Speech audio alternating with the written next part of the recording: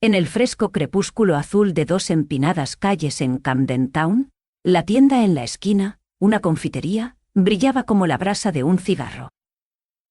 Quizás sería mejor decir que brillaba como la brasa de un fuego artificial, pues la luz era de muchos colores y de cierta complejidad, reflejada en múltiples espejos y danzando sobre muchos pasteles dorados y galletas decoradas. Semejantes provocaciones multicolores podían naturalmente atraer a la juventud del barrio hasta los 10 o 12 años.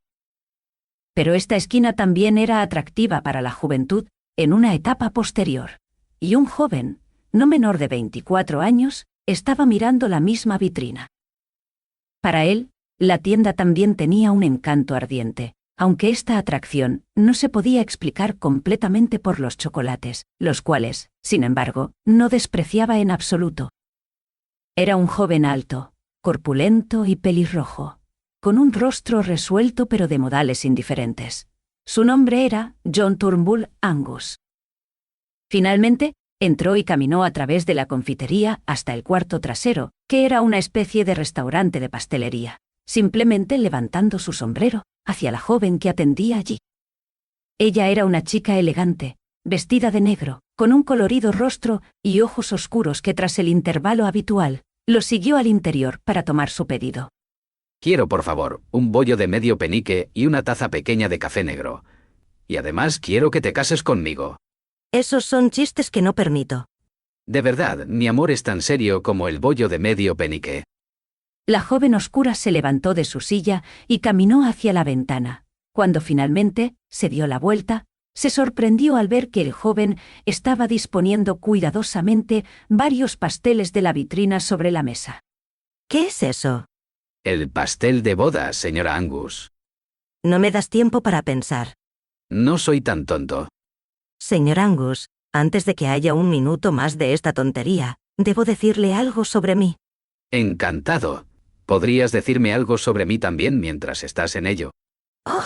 Cierra la boca y escucha. No es nada de lo que me avergüence. Pero, ¿qué dirías si hubiera algo que no es asunto mío, y sin embargo, es mi pesadilla?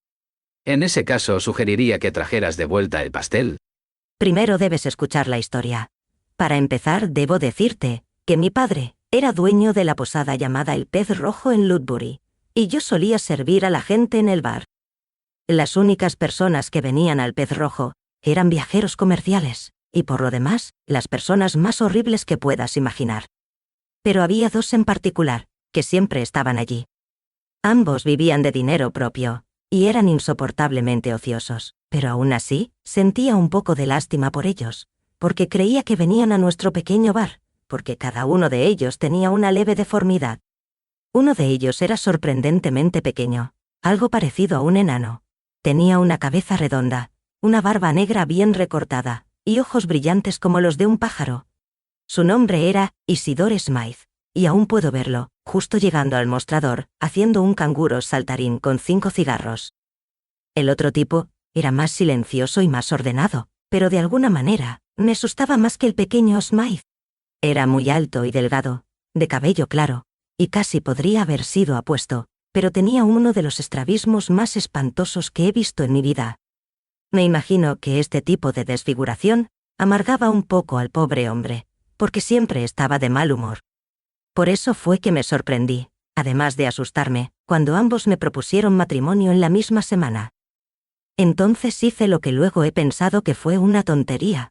Pero, después de todo, estos bichos raros eran mis amigos, y tenía horror de que pensaran que los rechazaba por ser tan feos, aunque esa era la verdad. Les dije que era un punto de principio para mí, no vivir de dinero que simplemente se heredaba, y que debían buscar su propio camino. 2 días después de haber hablado de esta manera, empezó todo el problema. Lo primero que escuché fue que ambos se habían ido a buscar sus fortunas como si estuvieran en algún cuento de hadas. Nunca he visto a ninguno de los dos desde ese día, pero he recibido 2 cartas del pequeño Smythe, y realmente fueron bastante emocionantes. ¿Alguna vez supiste del otro hombre? No, nunca escribió. La primera carta de Smythe fue simplemente para decir que había empezado a caminar con Welkin hacia Londres, pero Welkin era tan buen caminante que el pequeño hombre se quedó atrás. La segunda fue mucho más sorprendente, y la recibí la semana pasada. Supongo que has visto en las carteleras todo acerca de este servicio silencioso de Smythe. Pues es suyo. Algún invento mecánico para hacer todo el trabajo doméstico con maquinaria. Un mayordomo que nunca bebe. 10 doncellas que nunca coquetean, etc. Bueno, sean lo que sean estas máquinas, están haciendo montones de dinero, y lo están haciendo todo para ese pequeño diablillo que conocí en Ludbury. No puedo evitar sentirme contenta de que haya tenido suerte. Pero la verdad es que estoy aterrada de que aparezca en cualquier momento, y me diga que ya ha labrado su camino en el mundo, como yo le pedí. ¿Y el otro hombre? No he visto una línea de la escritura del otro hombre, y no tengo ni idea de dónde está, pero es de él de quien tengo miedo. Es él quien casi me ha vuelto loca. De hecho, creo que me ha vuelto loca, porque lo he sentido donde no podría haber estado, y he escuchado su voz cuando no podría haber hablado. Bueno, querida, aunque fuera el mismo Satanás, está acabado ahora que me lo has contado a mí. Pero, ¿cuándo fue que sentiste y escuchaste a nuestro amigo bizco? Escuché reír a James Welkin tan claramente como te oigo a ti.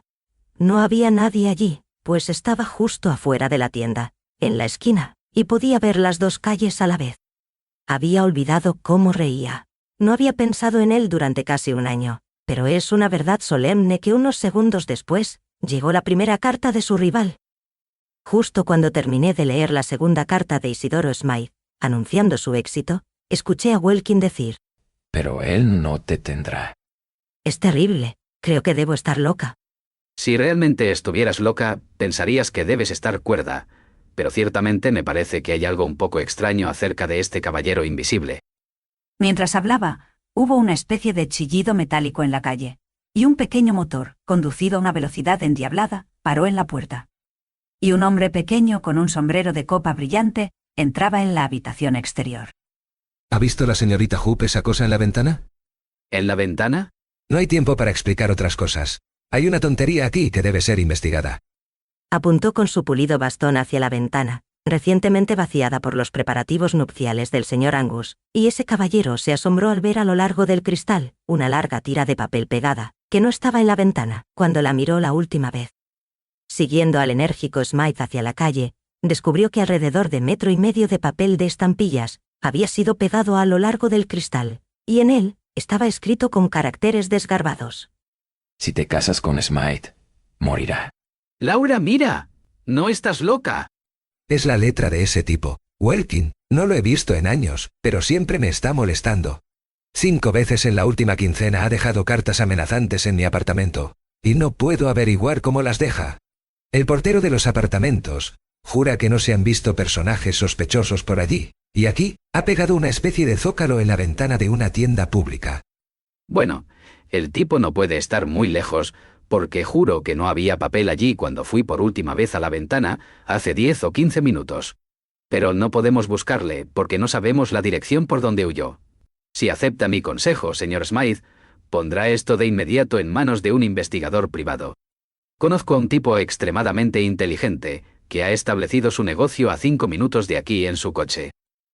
Se llama Flambeau, y su cerebro vale oro. Vive en los apartamentos Lucknow, en Hampstead. Eso es curioso. Yo vivo en los apartamentos Himalaya, a la vuelta de la esquina. Quizás le gustaría acompañarme. Puedo ir a mis habitaciones y ordenar estos documentos extraños de Welkin, mientras usted va a buscar a su amigo el detective. Bueno, cuanto antes actuemos, mejor. Y ambos saltaron al pequeño coche de Smythe. Mientras el coche daba la vuelta a la media luna de grava que había a la entrada de la urbanización, pasó ante el puesto de un vendedor de castañas, y al otro extremo de la curva, Angus pudo ver a un policía caminando lentamente. El pequeño coche se detuvo en la casa correcta como una bala. Inmediatamente estaba inquiriendo de un alto comisionado de reluciente uniforme y un portero si alguien había estado buscando sus apartamentos. Le aseguraron que nadie y nada había pasado por allí. Los 2 hombres subieron al último piso. Solo entra un minuto. Quiero mostrarte esas cartas de Welkin, luego podrás ir a buscar a tu amigo.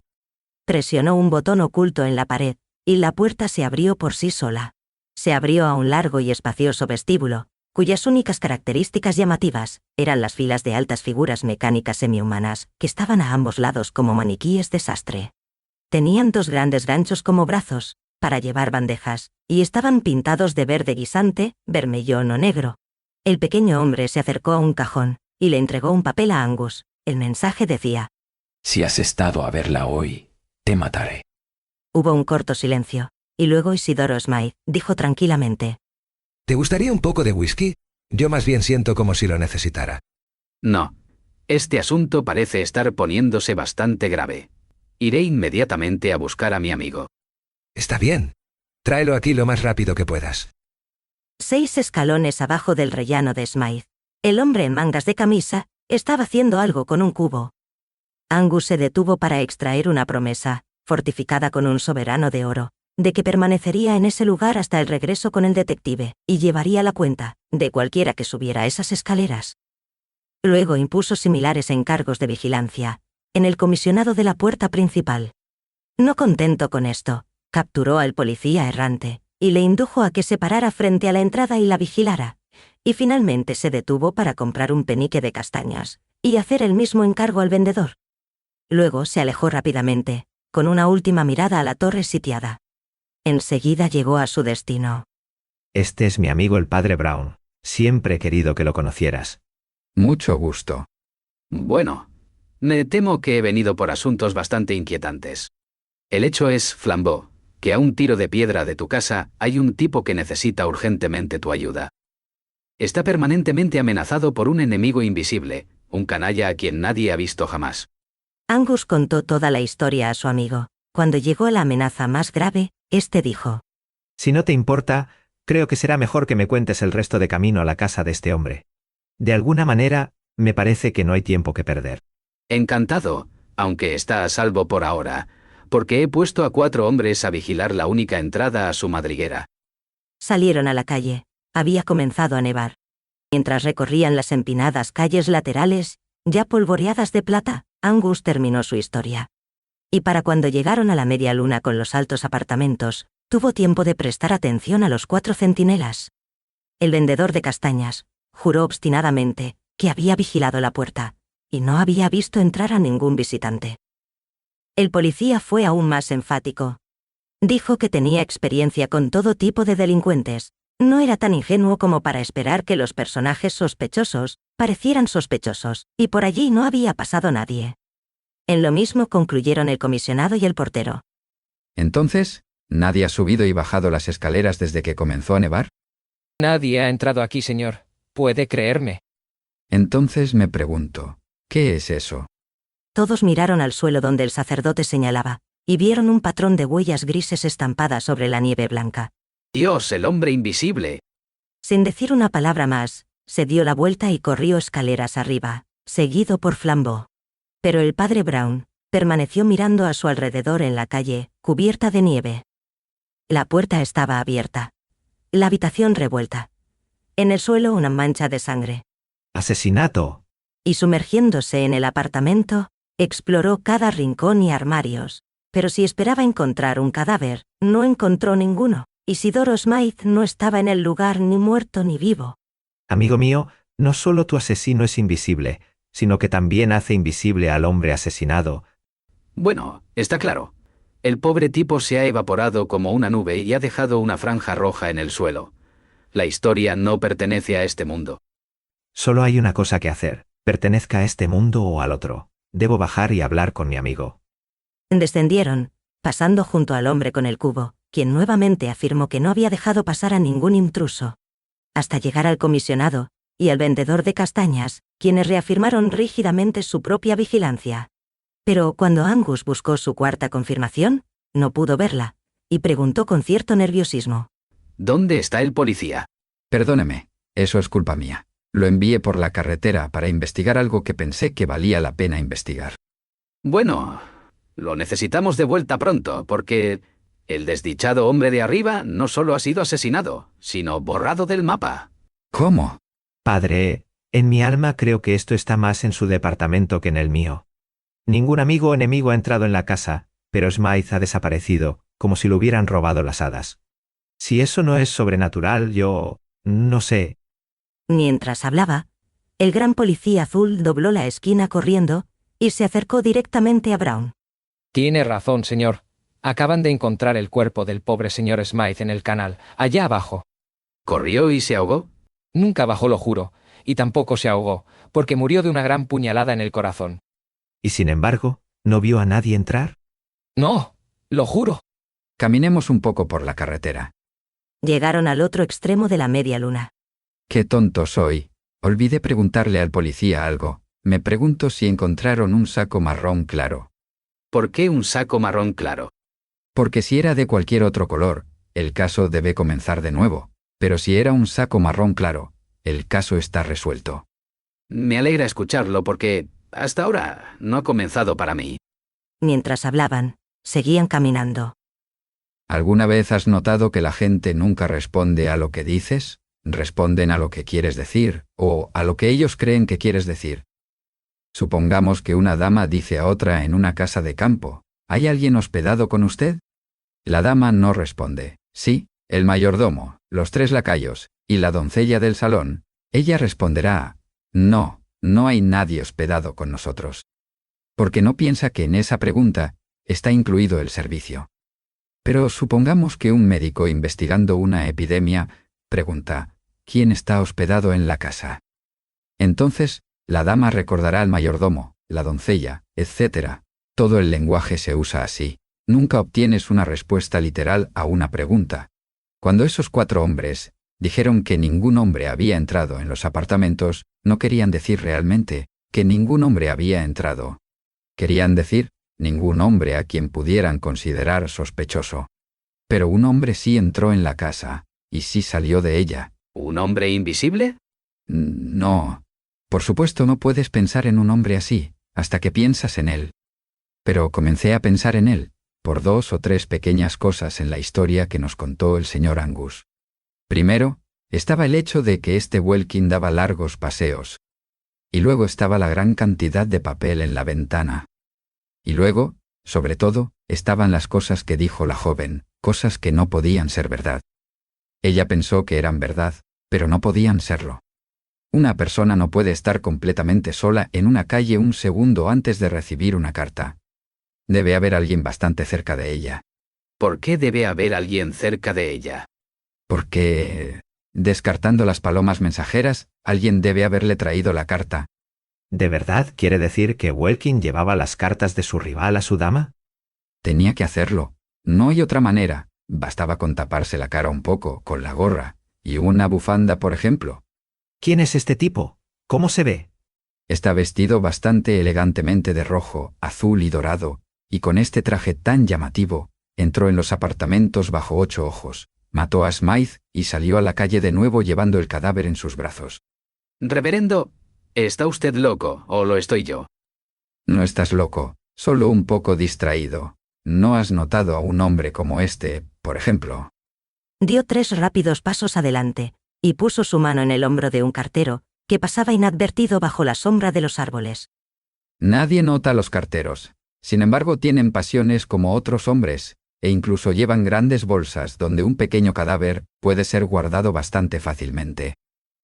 El cartero, en lugar de girarse naturalmente, se agachó y tropezó contra la cerca del jardín. Era un hombre delgado, de apariencia muy ordinaria, pero al girar su rostro alarmado por encima de su hombro, los 3 hombres quedaron fijados con un estrabismo casi diabólico. Flambeau volvió a su casa. John Turnbull Angus volvió con la dama de la tienda para contarle todo lo sucedido. Pero el padre Brown caminó por esas colinas cubiertas de nieve durante muchas horas con un asesino, y lo que se dijeron el uno al otro nunca se sabrá.